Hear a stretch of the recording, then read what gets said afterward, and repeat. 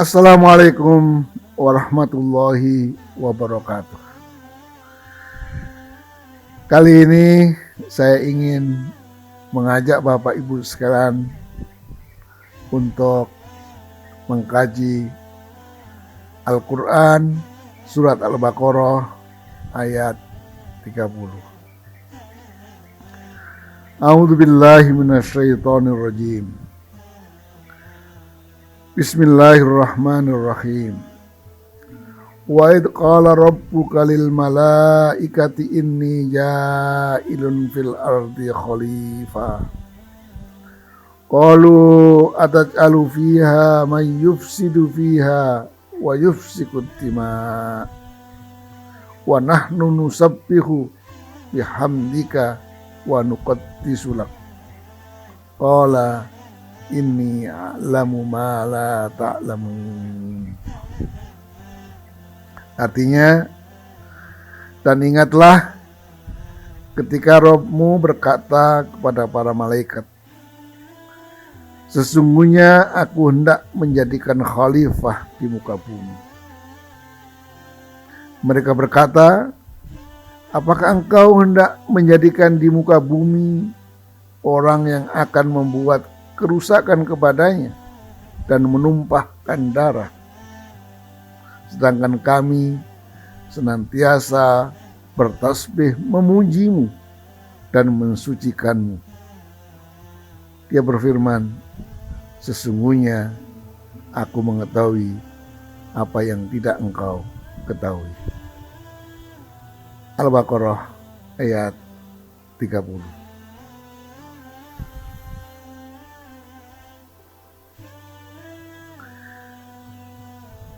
Ayat ini seolah-olah merupakan protes para malaikat kepada Allah Subhanahu wa taala. Tetapi kata protes di sini sebenarnya tidak tepat. Sebab malaikat adalah makhluk suci yang tidak dikaruniai hawa nafsu seperti manusia. Mereka tidak dapat menantang atau melawan kehendak Tuhan. Maha suci Allah, maha suci malaikat dari tuduhan-tuduhan itu. Pada ayat di atas, sesungguhnya Allah juga tidak sedang mengajak para malaikat bermusyawarah untuk setuju atau menolak kehendaknya. Allah hanya memberitahu bahwa Dia akan menjadikan manusia sebagai khalifah di muka bumi.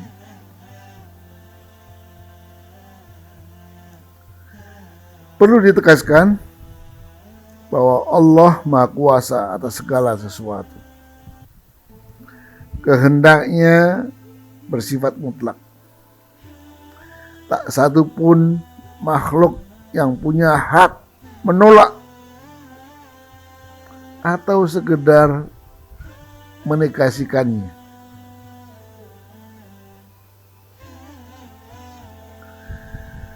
Lalu pertanyaannya, untuk apa pemberitahuan ini?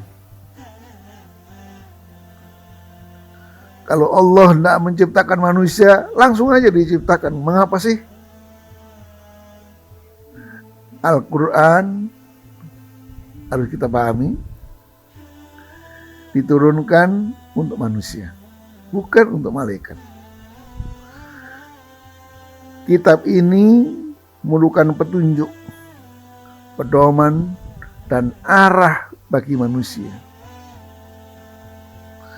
Yang mengambil manfaat atas Al-Quran adalah manusia, bukan malaikat.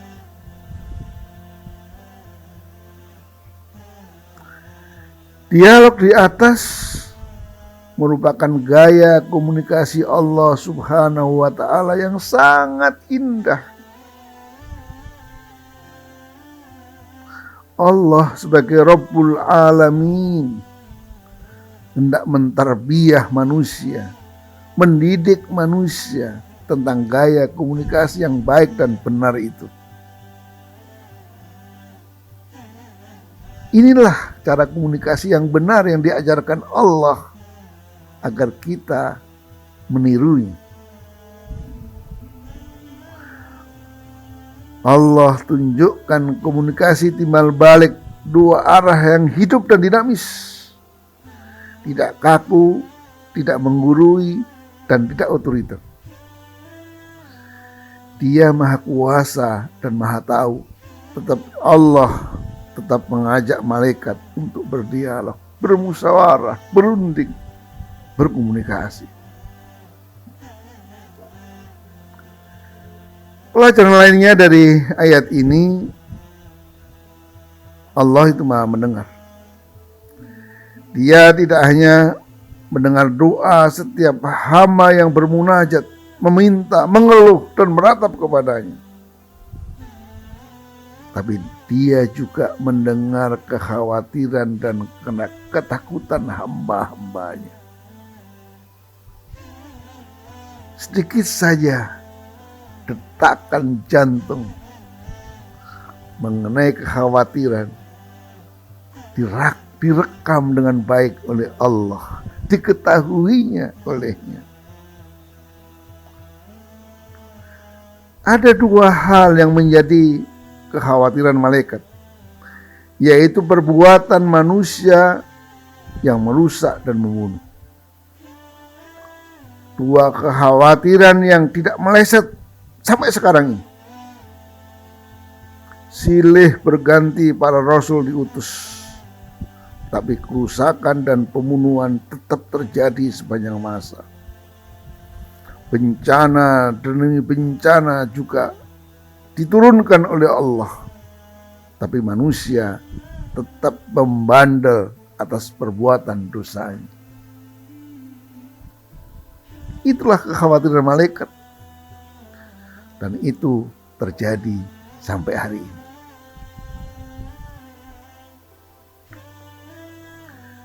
Lalu apakah dengan kekhawatiran tersebut Allah Subhanahu wa taala membatalkan kehendaknya? Kali ini Allah memberi argumentasi yang pas. Aku lebih mengetahui apa yang tidak kalian ketahui. Saudara,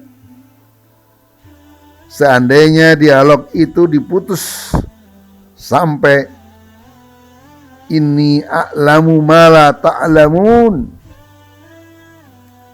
aku lebih mengetahui sedangkan kamu tidak mengetahui, maka segera timbul kesan arogansi Tuhan, sama dengan kebanyakan orang-orang yang mengatakan kepada anaknya, kamu tahu apa?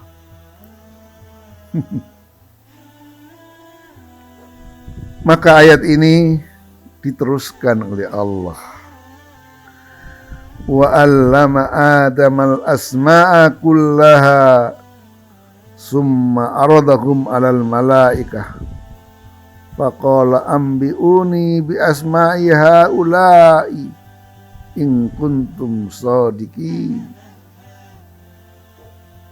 Qalu subhanaka la ilma lana illa ma 'allamtana innaka antal alimul hakim.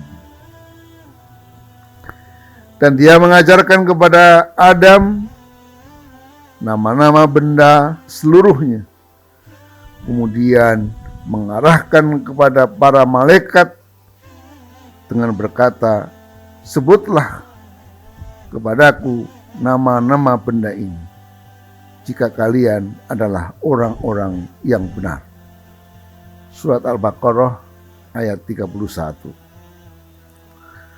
Allah Subhanahu wa taala tidak memutus dengan arogansi atau semangat menjatuhkan lawan dialog.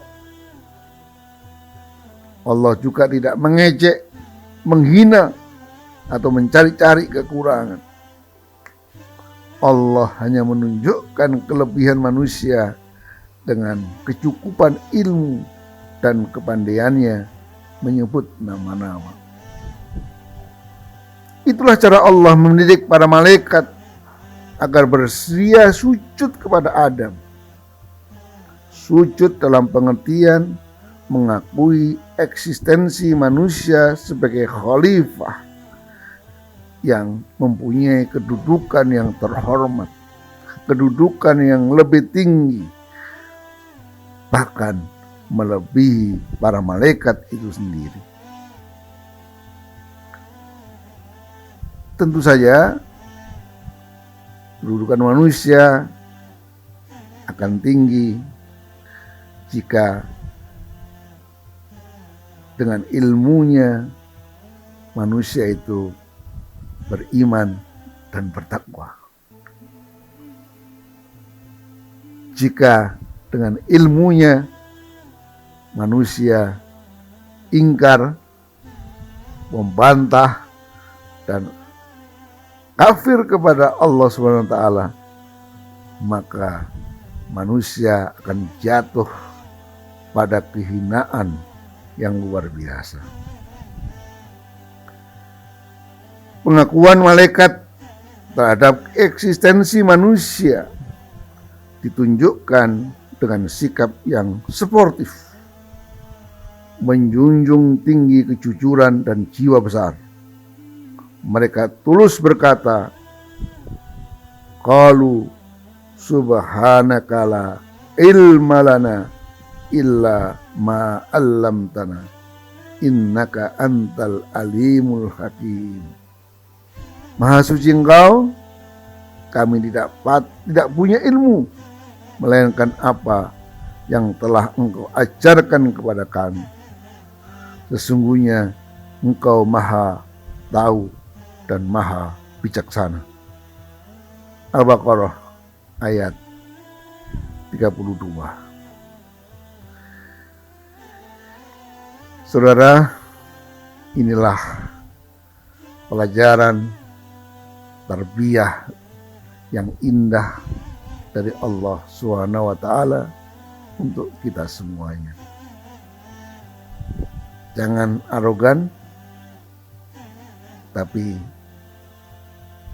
kita dialogkan segala sesuatu dengan siapapun, bahkan dengan orang yang lebih rendah daripada kita, dengan santun dan penuh dialog yang beradab, santun, dan memberi penghormatan yang tinggi kepada selainnya. Terima kasih. Assalamualaikum warahmatullahi wabarakatuh.